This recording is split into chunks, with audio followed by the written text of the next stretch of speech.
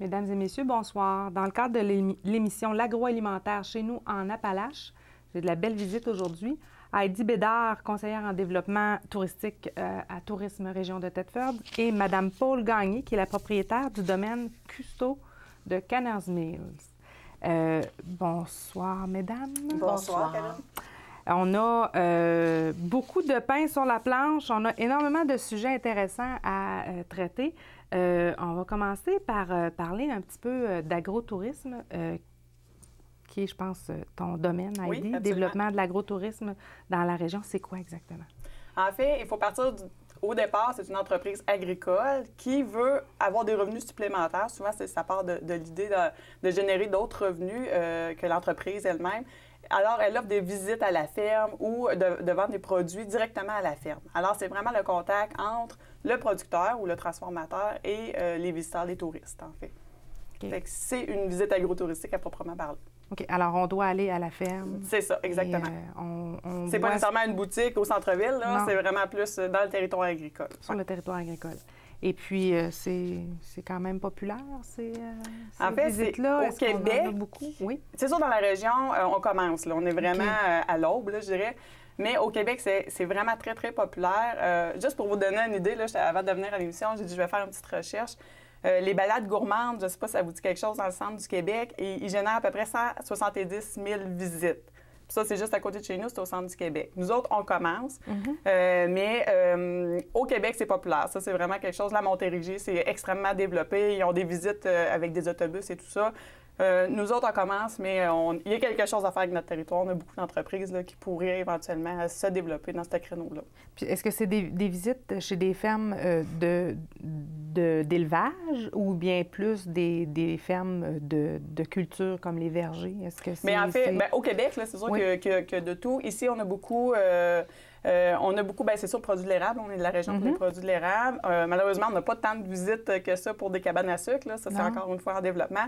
Mais justement, Mme Gagné va pouvoir vous parler de la route des vergers. Mais on a beaucoup les vergers, on a une jardinerie, les fruitières, Mario Nadeau, la bleuetière du Grand Monde et tout ça. Alors, nous autres, c'est beaucoup dans les arbres fruitiers aussi qu'on a, là, les petits fruits. Là. Que c'est en train de se développer. Ouais. Donc, c'est Tourisme Région de Thetford qui travaille dans ce domaine-là avec les entreprises qui désirent devenir agrotouristiques. Mais comment ça se fait, là? Il doit y avoir d'autres intervenants qui sont impliqués dans ces dossiers-là? Oui, on n'est pas seul. Même, je dirais, la porte d'entrée, c'est souvent la Société de développement économique. J'ai ma collègue Carole Mercier, qui est là beaucoup pour le développement rural. Alors, les gens vont la rencontrer. Avant de devenir touristique, là, il y a toujours le développement, justement, de la ferme, de l'entreprise agricole. Et il y a souvent le MAPAC aussi qui est directement référé. On a des programmes de subvention qui peuvent aider à devenir agrotouristique. Alors, j'ai ma collègue Sarah Lepage au niveau de Chaudière-Appalaches qui peut les aider. Et ils ont fait même une concertation au niveau agrotouristique. Alors, on a une table de concertation pour développer les entreprises, puis on s'aide au niveau de la Chaudière-Appalaches. Et il y a aussi le réseau des arrêts gourmands qui s'est développé là, en Chaudière-Appalaches. Alors, on a vraiment plusieurs intervenants sur le terrain, mais vraiment la porte d'entrée ici sur le territoire, c'est la Société de développement économique. Et ensuite de ça, quand il vient le temps de faire tout ce qui est promotion, bien là, c'est Tourisme Région de Thetford là, qui va être interpellé, comme c'est le cas, entre autres, pour la route des vergers. La route des vergers. Puis, est-ce que vous êtes capable de me dire, est-ce qu'il y en a, en termes, chiffrer ça, là, en termes de nombre, nos entreprises agrotouristiques dans la MRC, on en a combien? Bien, en fait, là, des vrais agrotouristiques, là, je dirais une dizaine, mais à potentiel, on a une trentaine là, qui pourraient recevoir à la ferme. Mais là, on a à peu près une dizaine, entre autres, les arrêts gourmands, là, c'est ce que je l'ai parlé un peu. C'est pas juste des entreprises agrotouristiques parce qu'entre autres, on a des boutiques ou des choses comme ça, ou des restaurants d'ailleurs, comme l'Auberge à Saint-Fortuna, qui ne peut pas être considéré comme agrotouristique, mais ils ont des produits quand même qui viennent de la région. Alors, on les considère comme des arrêts gourmands. Mais c'est ça, pour vraiment dire, comme les fruitières que je vous disais, les vergers, là, à peu près une dizaine dans la région. OK. Donc, c'est pas beaucoup, puis c'est en essor parce que c'est de plus en plus populaire au Québec. Là. Oui, c'est ça. On le voit, là, on a toujours des reportages sur les grandes chaînes de télévision là, qui nous parlent de la cueillette des pommes et ainsi de suite. Là, là environ 7 ou 8 ans, il y avait eu une journée qui avait été faite pour faire la route champêtre, qu'ils appelaient ça. Oui. Ça s'est fait juste une année. Puis ça avait tellement bien marché chez moi, là, que ça m'a pris du monde juste pour stationner les personnes. Oui, c'était parqué jusque dans le chemin. Ça avait bien fonctionné, mais ça ne s'est pas refait. Ça avait été fait dans le cadre de l'UPA, la journée porte ouverte de l'UPA, puis il avait jumelé ça avec, puis ça ne s'est pas refait.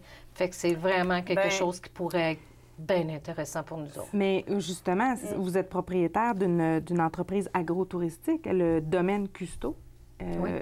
Donc, vous nous parliez là, un petit peu avant l'émission là, que les propriétaires des vergers de la MRC se sont regroupés récemment. C'est dans quel but, ça? J'imagine que ça doit être dans un but de promotion, C'est dans le but de faire une promotion. On estime qu'il y a environ 80 de la région, de la population de la région qui ne savent même pas qu'on existe. Il y en a beaucoup même qui aillent cueillir à l'extérieur. Ah oui? Ah oui, mais qui ne savent pas qu'on existe. Fait que, puis vu que la publicité ne s'est pas donnée, donc on s'est regroupés pour se mettre ensemble pour faire une bonne publicité, pour qu'on se fasse connaître. C'est pas fini, on va recommencer encore. Il y en a combien de vergers dans la MRC? On est 5. Il y a le verger Passion fruitée de Saint-Pierre-de-Bretonne. Il y a le verger des Clochers, le verger PB Quirion, le verger des Cantons et moi, le domaine Custeau. Toutes les 4, nous, on est de Kinner's Mills. Et puis... 3 dans le même rang, en passant, là, quand même. Oui, 3 dans le même rang. Le 3e rang, 3 vergers. Oui, puis on est tous à moins de 20 minutes de Telford-Mines. Fait que c'est quand même intéressant. Puis j'ai une anecdote. J'ai un monsieur qui est venu de Lévis, qui est venu cueillir cet automne, puis il dit donne-moi des cartes en masse. Et il dit c'est un homme d'affaires. Il dit je vais donner une carte à chacun de mes employés, puis je vais lui dire qu'ils n'ont pas besoin d'aller faire la file à l'île d'Orléans, qu'on a des beaux vergers, nous autres aussi, tu sais, fait que... Puis est-ce qu'on a plusieurs variétés de pommes dans la région? Est-ce qu'on On a quasiment 25, 30 variétés de pommes dans tous les vergers, là. Oui? Oui. Alors, il y en a pour tous les goûts, il y en a pour tous les de toutes les formes et de toutes les couleurs. Hey, mais ça. Puis ça part très tôt. Oui? Ça part très tôt. La saison est tôt, le climat a changé beaucoup depuis les dernières années. Puis nos pommes qui sont prêtes, les pommes dites hâtives, qui sont prêtes, souvent, là, ils ne sont pas cueillis parce qu'il fait encore très chaud. Fait qu'il faut amener la population à leur faire comprendre qu'on peut cueillir, là. C'est pas juste au mois de septembre, c'est les pas pommes, juste là. au mois de septembre, octobre, là. Ça part au début à août, là, qu'on peut cueillir, là. Puis ça serait important, là, pour qu'on arrête de les envoyer pour les chevreuils, là. Oui, bien, mais au mois d'août, la conservation des pommes se fait aussi bien que les variétés plus tardives? Non, les variétés hâtives, la pomme, elle se conserve moins longtemps. OK. C'est pour ça qu'elle reste moins accrochée à l'arbre aussi. C'est ça qu'on appelle les pommes à chevreuil? Non, les pommes à chevreuil, il y en a à l'année longue, ouais, à l'année longue pendant toute la saison. Mais ceux-là, ils restent accrochés moins. C'est une pomme qui est moins ferme. C'est pour ça que c'est appelé une pomme hâtive. OK. Mais on a plusieurs variétés. Donc, la saison débute en août? Débute fin juillet, début août. Ouais. OK. Et puis, se poursuit jusqu'à quel moment? Ça dépend de la température aussi. Mais en principe, là, on peut se rendre pratiquement milieu, fin octobre. S'il n'y a pas de gros gelée. Parce qu'une pomme, si ça gèle à plus que moins 4, la pomme, elle gèle. OK. Mais en haut de moins 4 degrés, il n'y a pas de problème. La pomme, elle se conserve. Même s'il y a de la neige dessus, s'il ne fait pas moins 4, ça se conserve. Donc, on pourrait dire aux jeunes familles là, qu'au lieu d'attendre que dans le tourbillon du début de l'année scolaire pour aller cueillir les pommes, on peut faire ça au mois d'août en activité estivale. Oui. Ça peut se faire. Ça peut se faire. Très bien, oui. Et puis, vous êtes plus particulièrement impliqué dans l'organisation de la route des vergers. Oui. Bien, c'est quoi exactement? Puis c'est quoi l'objectif? Dans le fond, c'est un circuit agro-touristique, si je comprends bien. Oui, bien c'est ça. C'est le but, c'est de se faire connaître. OK. Puis, comme on disait, le climat a changé. Fait que, puis même au début, là, on pouvait même pas penser de planter des pommes tardives parce que la saison était pas assez longue et venait pas à maturité. Fait que, à cette heure, il faut réussir à passer notre production à la consommation au frais au lieu des pommes à chevreuil. Fait que il s'est fait une belle publicité en 2016 pour la route des vergers. On s'est mis ensemble. Ça coûte trop cher, fait qu'il faut se mettre ensemble, il faut mettre toutes nos forces ensemble pour se faire connaître. Puis, alors, les 5, vous m'avez dit 5 vergers, oui. Les 5 propriétaires des vergers, vous êtes rencontrés, vous avez décidé d'une stratégie. Exact. Alors, on parle de quoi comme stratégie? Première des choses, il faut vous faire connaître par la population de la MRC, hein? Oui. On a fait faire des feuillets qu'on a distribués à plusieurs endroits, puis à plusieurs reprises aussi. Touristes chez nous, directement. Oui, nous autres, ils nous ont aidés beaucoup là, avec site web, Facebook. Ça, on n'avait pas ça, personne. Donc là, on s'est mis... On s'est mis ensemble là, pour faire cette publicité-là. Ça l'a aidé. Maintenant, c'est peut-être pas suffisant, là, parce que c'est quand même... il y a d'autres choses à faire. Fait qu'en 2017, là, on rembarque pour une autre publicité. On pense que probablement, c'est sûr qu'il faut se rencontrer, là. Une visite virtuelle qu'on va pouvoir mettre dans toutes les municipalités, sur les sites de toutes les municipalités environnantes, sur notre site à nous. Fait que la visite virtuelle va... Tourist Thetford aussi, ça va être là-dessus. Donc, je pense que ça va nous aider. On va refaire des feuillets aussi, qu'on va modifier, qu'on va améliorer, qu'on va redistribuer. Puis, Mme Paul, là, au domaine custo, qu'est-ce qu'elle aimerait avoir comme clientèle? C'est quoi le but, dans le fond? Est-ce que vous voulez avoir des particuliers qui viennent au verger ou est-ce qu'on veut vendre à des grandes épiceries? Est-ce qu'on veut sortir de la région pour vendre nos produits? C'est quoi les objectifs de...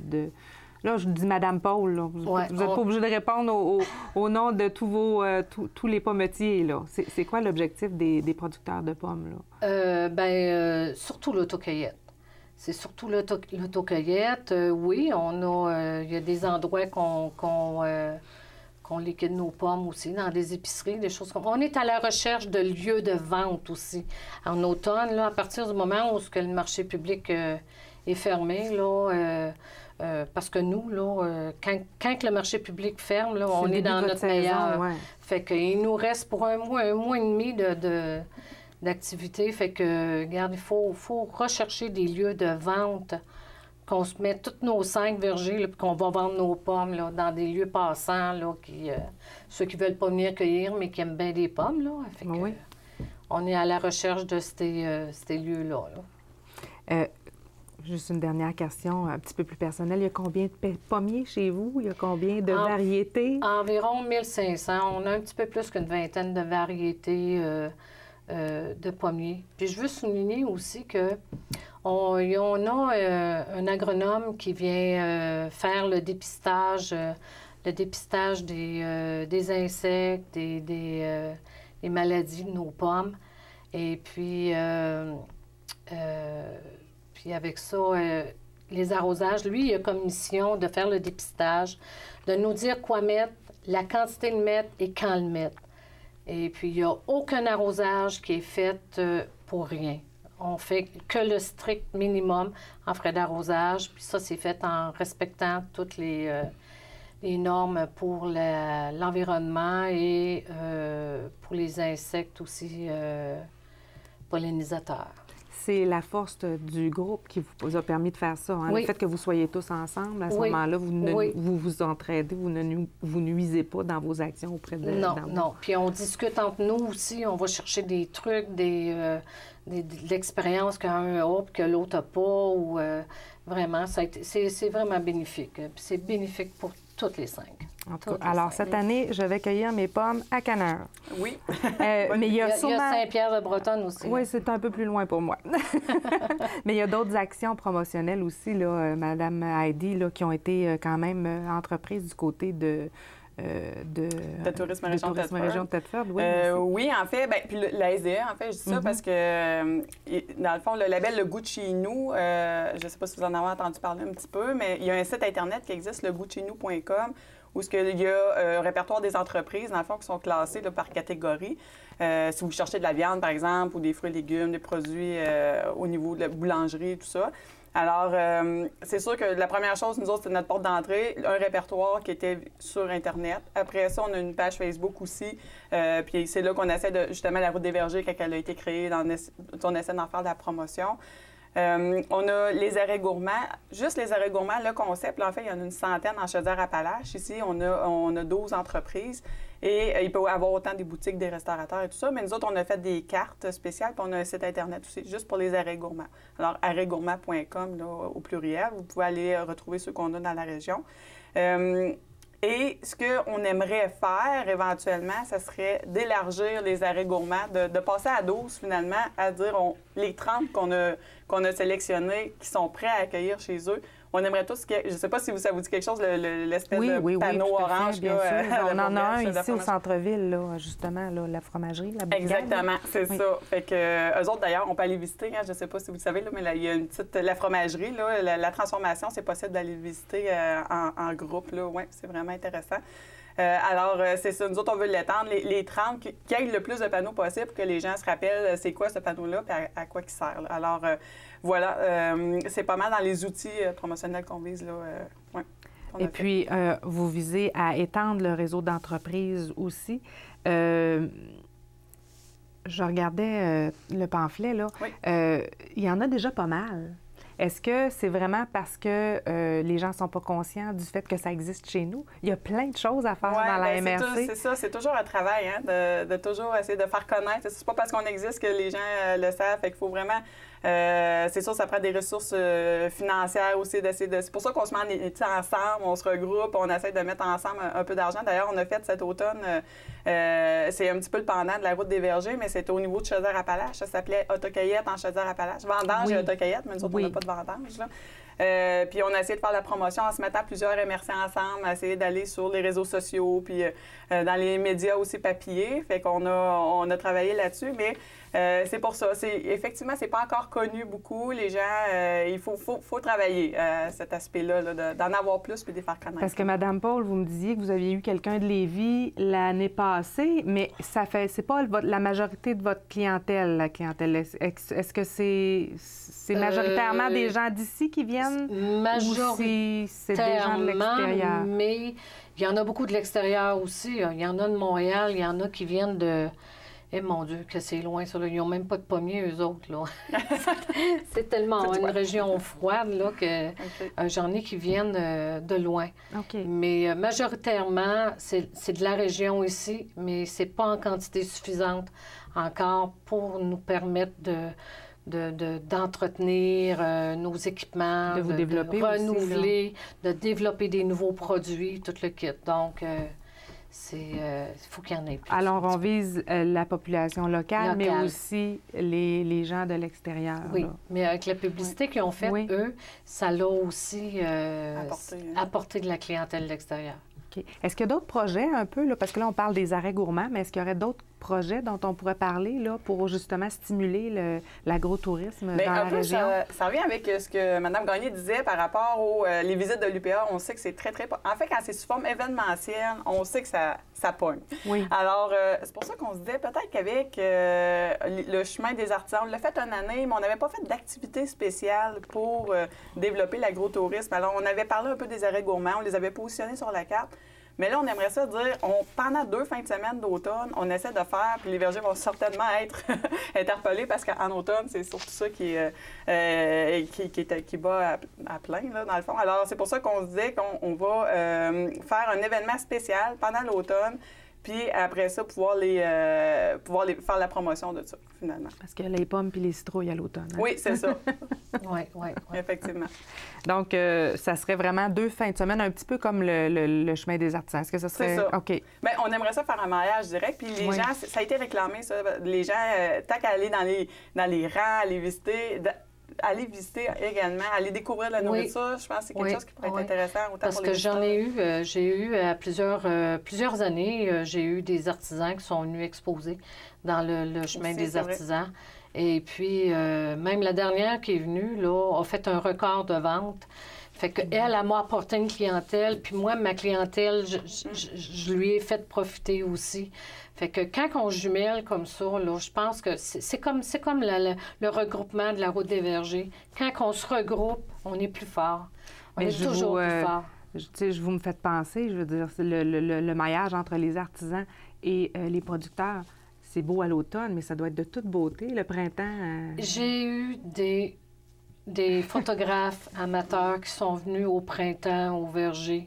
Et puis, ils ont dit, mais Paul, on ne savait pas que c'était si beau que ça. Des millions de fleurs, là.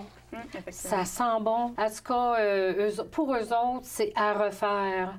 Eux autres, ils vont revenir au printemps prochain, puis on les invite tous, les amateurs, professionnels. D'ailleurs, j'ai aussi une photographe professionnelle qui vient, ça fait 2 automnes. Elle a fait une publicité, puis les familles qui veulent prendre des photos dans le verger avec toutes les pommes, là.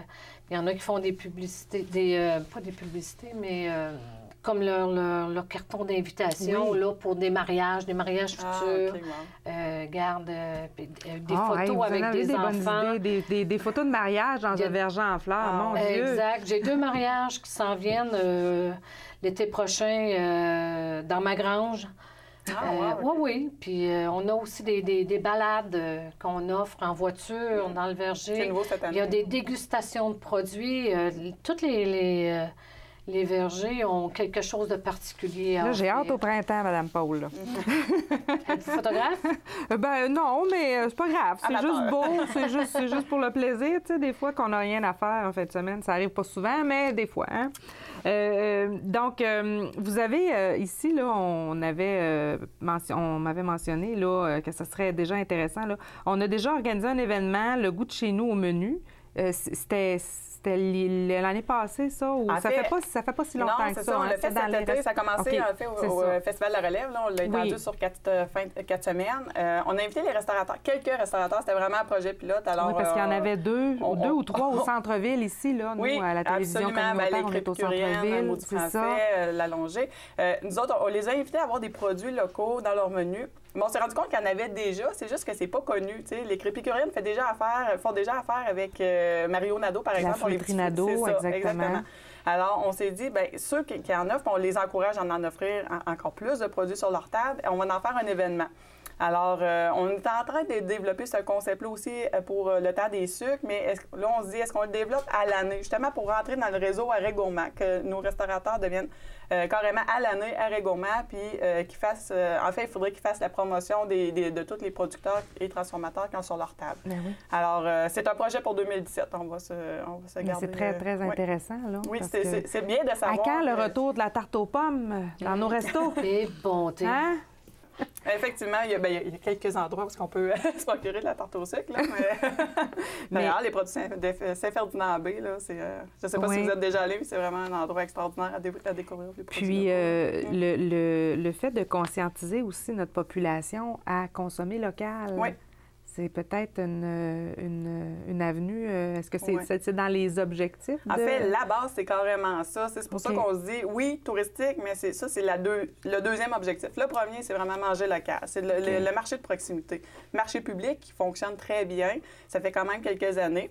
Alors, c'est pour ça que nous autres, tout ce qu'on veut, c'est que les gens s'approprient, ils découvrent les produits locaux, ils vont directement chercher l'agneau chez le producteur, chercher le bouvillon, justement, à la ferme Janol, par exemple, et que les pommes, justement, à côté, au lieu d'aller nécessairement à l'épicerie chercher des pommes de l'île d'Orléans. Fait que c'est vraiment la première étape, c'est de sensibiliser les gens de la région, et ensuite de ça, faire venir les gens de l'extérieur. Mais on est encore, je dirais, à l'étape 1. On voit que le marché public fonctionne bien, mais on a encore de la sensibilisation. On est embryonnaire, ouais. là, hein? On commence à peine parce qu'il y a beaucoup de... quand on lit un peu sur l'autosuffisance, etc., il y a beaucoup de gens qui sont adeptes de... Bon, ben je me procure en vrac tous mes produits dans un rayon de tant de kilomètres. Puis c'est une activité aussi. Ah, c'est pas juste d'aller cueillir, là, puis de ramasser nos... C'est vraiment, là, une activité, puis on est dans la nature, c'est relaxant, t'as pas de trafic, t'as pas de... C'est vraiment, là, quelque chose qu'il faut faire. Un contact avec les gens de notre région. Exact, absolument. Exact. Ben, en tout cas, mesdames, je veux dire, on aurait pu continuer pendant encore longtemps, je vais vous dire. On aurait pu continuer à se parler très longtemps. Je vous remercie d'avoir été avec nous. Je vous remercie pour votre passion, de vouloir partager les produits d'ici avec les gens de la MRC. Et là-dessus, mesdames et messieurs, on se quitte. C'était une émission de l'agroalimentaire chez nous en Appalaches avec Madame Heidi et Madame Paul. Encore merci.